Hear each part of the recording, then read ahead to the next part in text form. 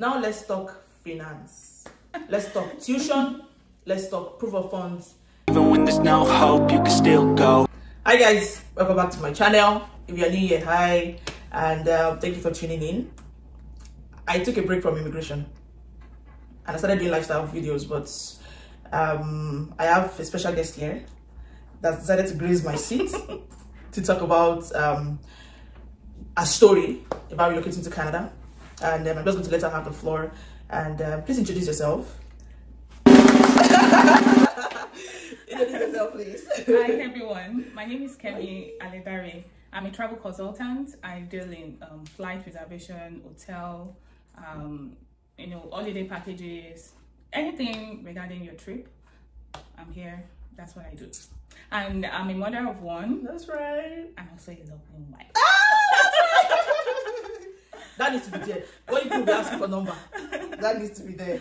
Anyway, I have some questions for her here, and I want to assume that there are questions that a lot of people have, and questions that I've seen online that a lot of people have about immigration, about relocating altogether. So I'm just going to be asking her a few questions now, and I hope that we're able to do all of this in 10 or 15 minutes so that we don't bore you guys. So let's get right into it. So the first question is, why did you decide to come to Canada? Why didn't you go to US or the UK like everybody? I know that you just recently moved. Why didn't you go to the UK? Why didn't you go to Australia? I think those are like the three major places that people go now. Or Europe, right? So why did you choose Canada? Okay, we chose Canada because of their flexibility when it comes to you staying permanently. So they have different streams that can get you to stay in Canada permanently. So that's why we actually chose Canada. We didn't even, so that's just it. Okay, so what was the driving force? What was the real motivation? Is it just the immigration? Is it because of the flexible immigration, or is there something personal? No, not because of the immigration. Okay. It's actually because of my child. Yeah, that's right. Children. That's right. So like my future. That's right. And the future of my children. Yeah. I want a better future for them. Yeah. And with the look of things right now in Nigeria, even before we left, it was still better. Wow. But right now, it's something else. Wow. I can't relate because I left 5 years ago. So it's something else right now, and I'm glad we took that decision to leave when we left. Yeah. So my children. Yeah. That's like a strong driving force. Yes. Because Nigeria. Okay, so the next question is, how did you select your university and your course of choice? Okay, right now I study tourism management, and I chose that course because it aligns with my profession. So I've been in the travel industry since 2015. Okay. And it's better to go for what I can easily relate with. That's right. So that's why I chose the course. The course, okay. So, and then for the school, I checked. Okay. Although tourism management is not cheap, but I realized that we'll come to that. But I like Royal Roads. That's the school. I like Royal Roads because of where it's situated. Okay. Actually, Royal Roads is in BC, British Columbia, but then it can be expensive, but at the same time, it's a beautiful place to stay. I like it, and I look up to, I checked, when we were about choosing the school, I checked the city where Royal Roads is, and I realized, I read a lot of things about Victoria. That's right. Beautiful city. Beautiful Victoria, beautiful BC. That's right. That's why we chose the school. Okay, that makes sense. So our city is called Beautiful Victoria. Yeah. Okay, so okay, we're going to talk about, you talked about it being expensive. So I think down the line we're going to talk about tuition and financial, processes. So during the application, what were the essential steps you took before starting the application process? Were there resources that you used? Did you use a consultant? What was helpful to you during the application process? I read a few things online. Okay. And aside reading online, I also checked some major immigration consultants on Instagram right now. One of them is Olu of Canada. Ah, that's right. Yes, it's very popular. Yes, yeah. I talked about him in my last video. You guys should check him out. Olu of Canada. Yes, he has this page, this group where people talk together on their applications and all that. Then aside that, I got support from a consultant too, who also helped in giving me advice and all that. So then I read information on IRCC page. Yeah, those are the things that really helped. Okay, so if I'm to retrace what you said you used a consultant. Yes. Okay. How did that go? Do you advise people to do that? Because I, for one, when I was talking about Germany, right, I'm like, you can do your application yourself and be successful. Because I did mine myself. Like I said, I applied to about 7 schools in Germany. I got admitted into 5 by myself. Okay, my husband did it. It was my boyfriend there. Well, yeah, we did it ourselves. We didn't have to pay anybody because this would charge ridiculous, right? Yes. Okay, so do you advise people to use consultants? Well, what's your story? Okay, one of the reasons why we opt for a consultant was, at that time, my child was still very little. I think she's not up to 2 years at that time. Okay. So I had a lot to focus on. That's right. And my husband, on the other hand, is very busy. Yeah. So we had no time. That's right. In fact, there was no time for me to sit on our application and apply. That's right. That's actually the reason why we opt for a consultant. And at that time, I was actually planning on a group trip for a particular group, so there was no time for me to manage all that together. That's why we opt for a consultant. That's right. So yeah. Okay. Well, were they very helpful? Sincerely, they were helpful. Okay.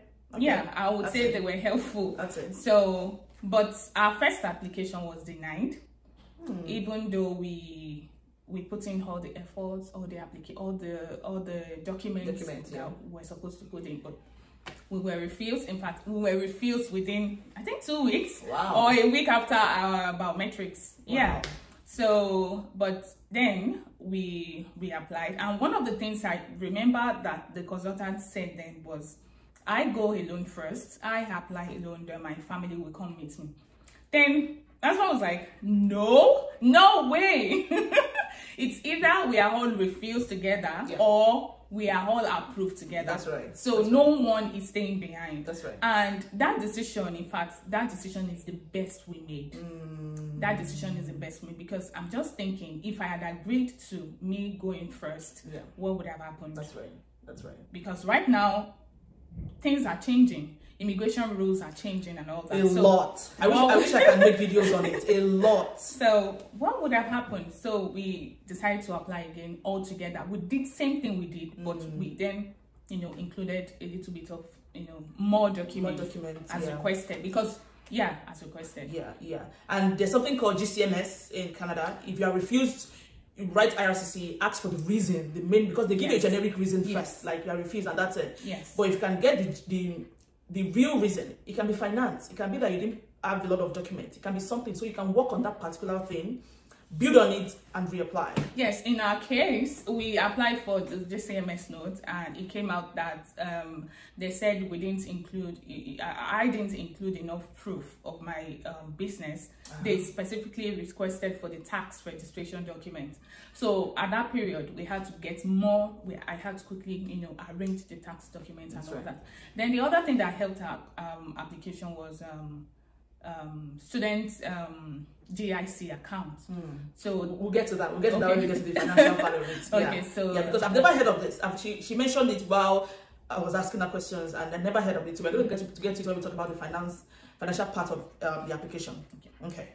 So what were the biggest challenges you faced during the application process?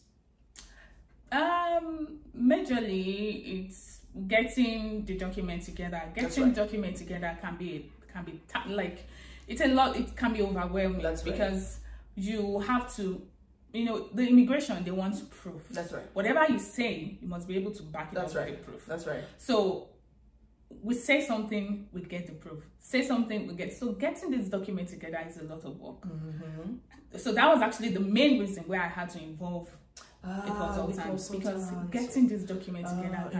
But of course, I still have to work with the consultant, so I can be sure that these documents are what we gave them. That's right. Not them applying with another document that we didn't provide. That's right. So yeah, that's the major challenge we have. Okay, that makes sense. That makes sense, because I was always talking about this in Germany. I always refer to my Germany videos because I made a lot of immigration videos then. That documents are very important, because if you tell them that you have your bachelor's, you must be able to prove with your certificate of completion, with your transcripts, something. If you say you have a business, your CAC must be out, tax like they have to request for. So there must be a backing document. So that's why if you're using a consultant, always be there when they're filling your information. Don't leave them, except you have trusted ones. Trust me. I have friends that are immigration consultants and they are good, right? But some of them are not trusted. You cannot trust them, because if you ask for your GCMS, the reason why they rejected you, they can write to them that your parents are dead.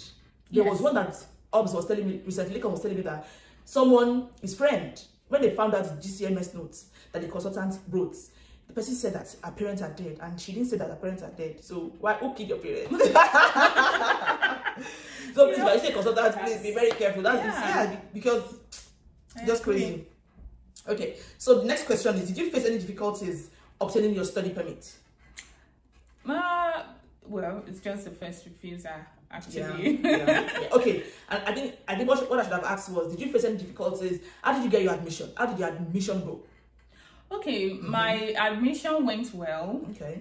In fact, it went well for me. Sorry, another question. I think you're going to add everything together. Okay. Did you do tourism in your bachelor's? So let's break it down like that. Okay. Because so talk about what you did in your bachelor's, with your professional qualifications, with application for your degree and everything. So let's just pack that all together. Okay, I did English and literary studies. Okay. And then I started tourism in 2015. Okay. And then I think that's why, because I had longer years of experience in my so that's why I decided to do the course. And then when the first thing I did was to go online, search for schools in Canada that offers that course. That makes sense. That allows PGWP. That's right. I needed to, be sure on that. Research, guys, research. So I got different schools.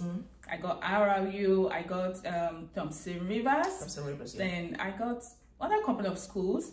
But then I realized Royal Roads is still the cheapest of them all. Oh, wow. Yeah, but of course not that cheap. Not that cheap, because I heard how much they pay. It's not cheap. It's not. But still the cheapest of them all. Okay. So that's why So for the admission, it wasn't really tough. Okay. Although I heard that some students were made to write some exams or do some courses before they are giving the admission letter, which was not the same in my own case. Oh, that makes sense. So I was just approved, and that's it. But some students were made to pay some money to do a course, like a prerequisite. Yeah. So if they pass that course, then they will be issued. Okay. So, but my own case wasn't. Was pretty fast. Yeah. Not that fast. Like I waited for like a month. Yeah, but a month is good. A month is good. Some people wait 3-4 months. Yeah, a month is good. So I asked all of those questions because she had mentioned earlier, behind the scenes, right, that a bachelor's is different from what she's studying for a master's here, right? So that's why I just wanted you guys to get a backstory that something needs to connect. A professional qualification connected with what she's doing right now. So there was proof, and there's been proof of it. So if your bachelor's is not connecting, your professional qualification should connect, and it shouldn't be like 1 year or 2 years. Like it should be like a substantial year that show that you know what you're doing, right? So okay, that makes sense. Okay, so now let's talk finance. Okay. Let's talk finance. Let's talk tuition. Let's talk proof of funds. Let's talk vex money.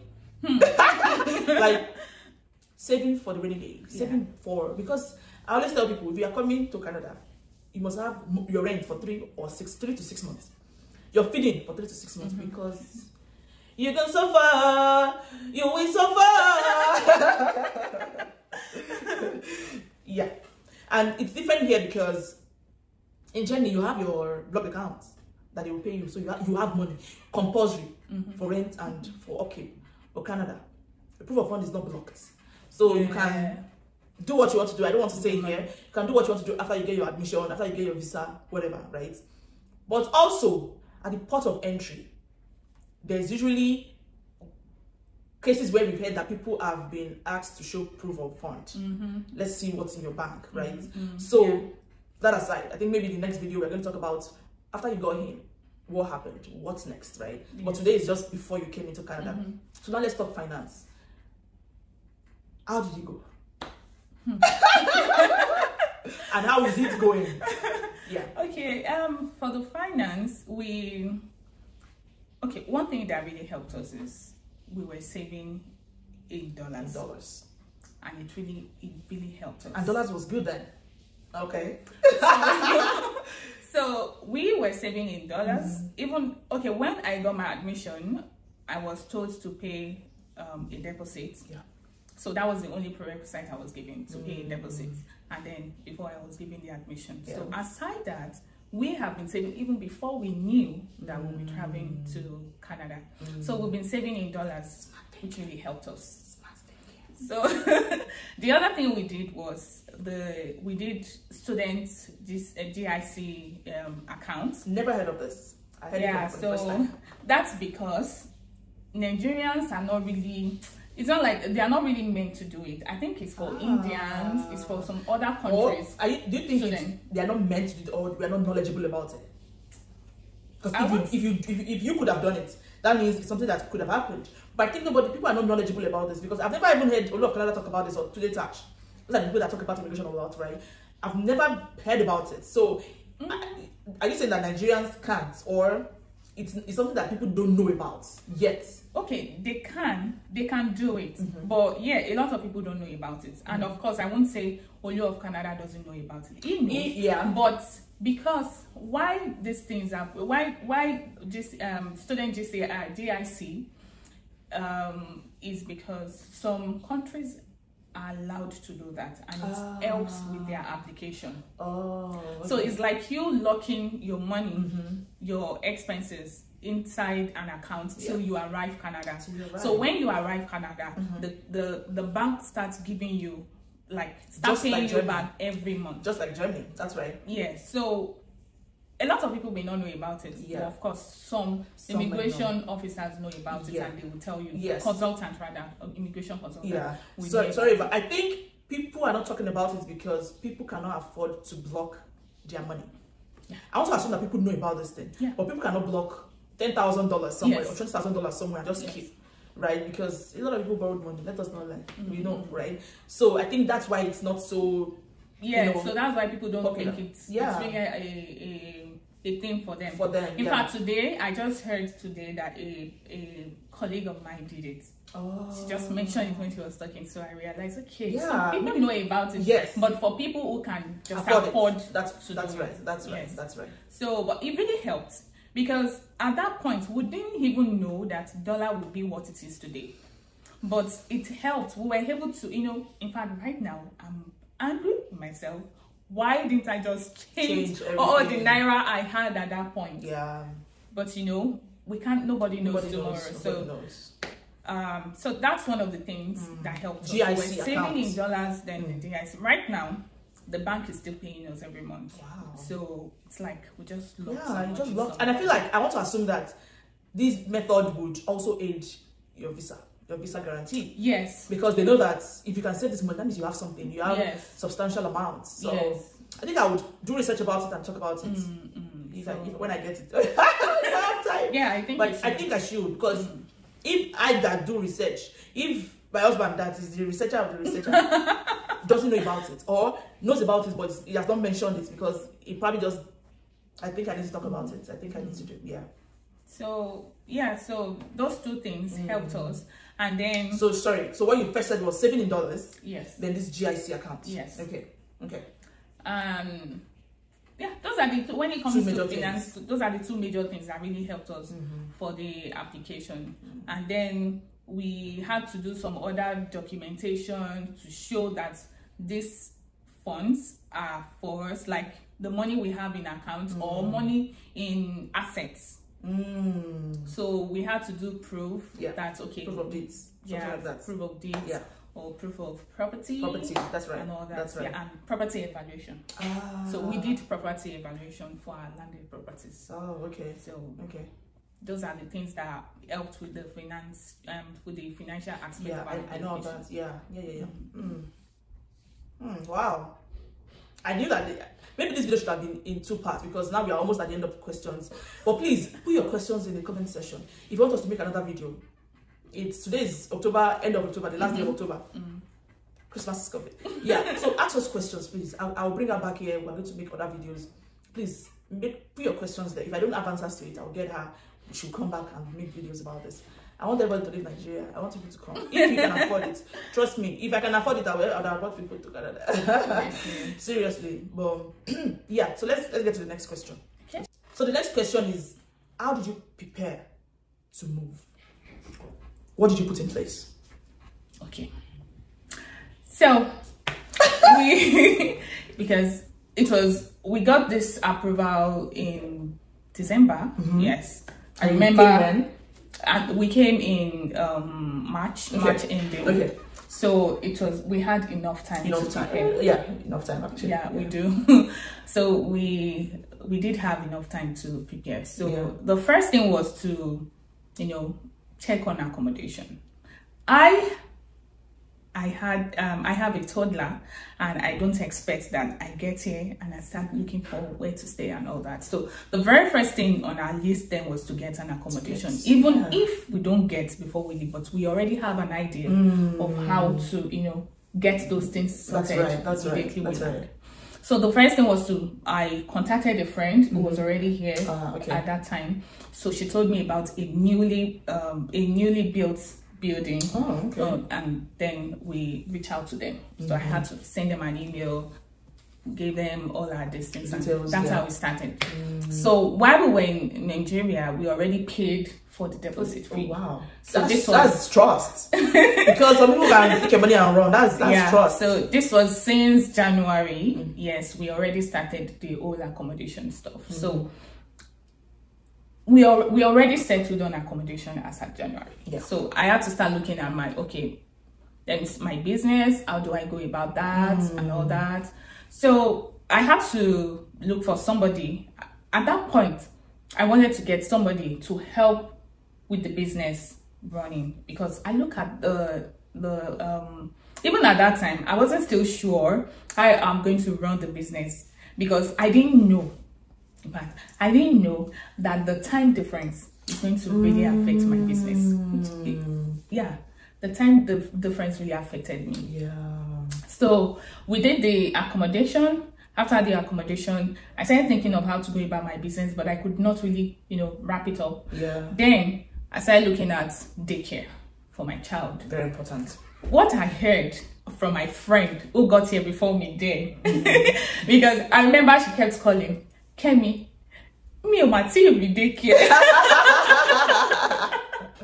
So I knew she went through a lot. That's right. Looking for daycare then. We did too. So I wouldn't even come in as students. So I had to, start searching for in fact, I went on Google to give me the old daycare.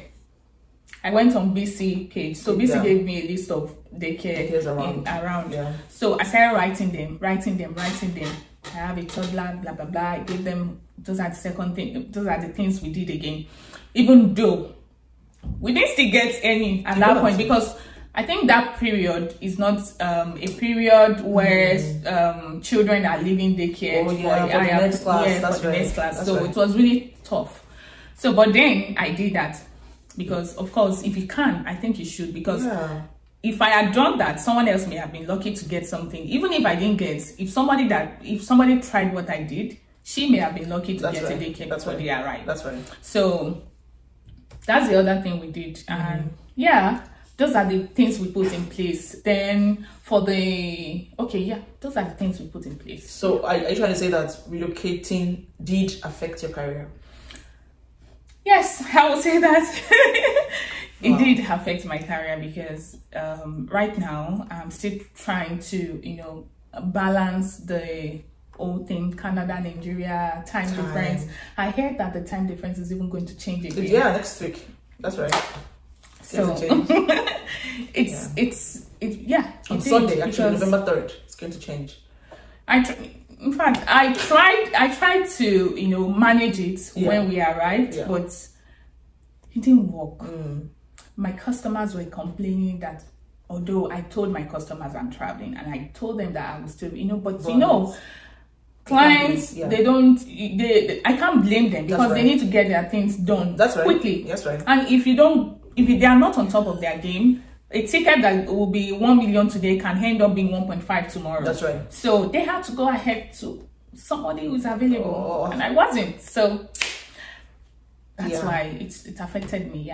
Yeah. But then that's so sad. I'm still trying to pick it up. Yeah, that's so sad. One man business. But you know, it's just a sacrifice you need to. Looking at the bigger picture. Yeah, looking at the bigger picture. I'm sure you will not have added another way. No, but see, I will still choose this. That's right. That's right. And over. That's right. And over That's again. Right. Because with the way dollar has skyrocketed, with the way we are Nigerians, right? With the way Nigeria is now, we'll not have it another way. We'll not have it another way. Yeah. Anyway, I've come to the end of this video, and I hope it was as fun as I had fun recording this, and I'm sure she had fun too. Please put your questions in the comment section, and we will make another video. And if you want me to do a poll, please let me know. Just anything. Let's just talk in the comment section, and you know, if you need information, the GIC account, I'm going to do research on it and bring it back, and I can even bring out one to, you know, chip in 1 or 2 things that I researched about. Yes. So I'll come to the end of this video. Thank you for gracing my chair. Thank you. I had fun doing this. I know, I also did. And hopefully this is not the last time we'll see you. And yes, I'm going to need you to take me on a tour. Okay. To your school. I need to, you know, look around and see. I know I've been there in person, just drive around, but like I've not really been to any of lecture theaters and, you know, all that good stuff. So okay, no problem. Maybe soon and very soon. Fingers crossed, we're going to do it. All right. Thank you guys for watching, and I'll see you again. Bye. Go. Yay! We did it. Finally.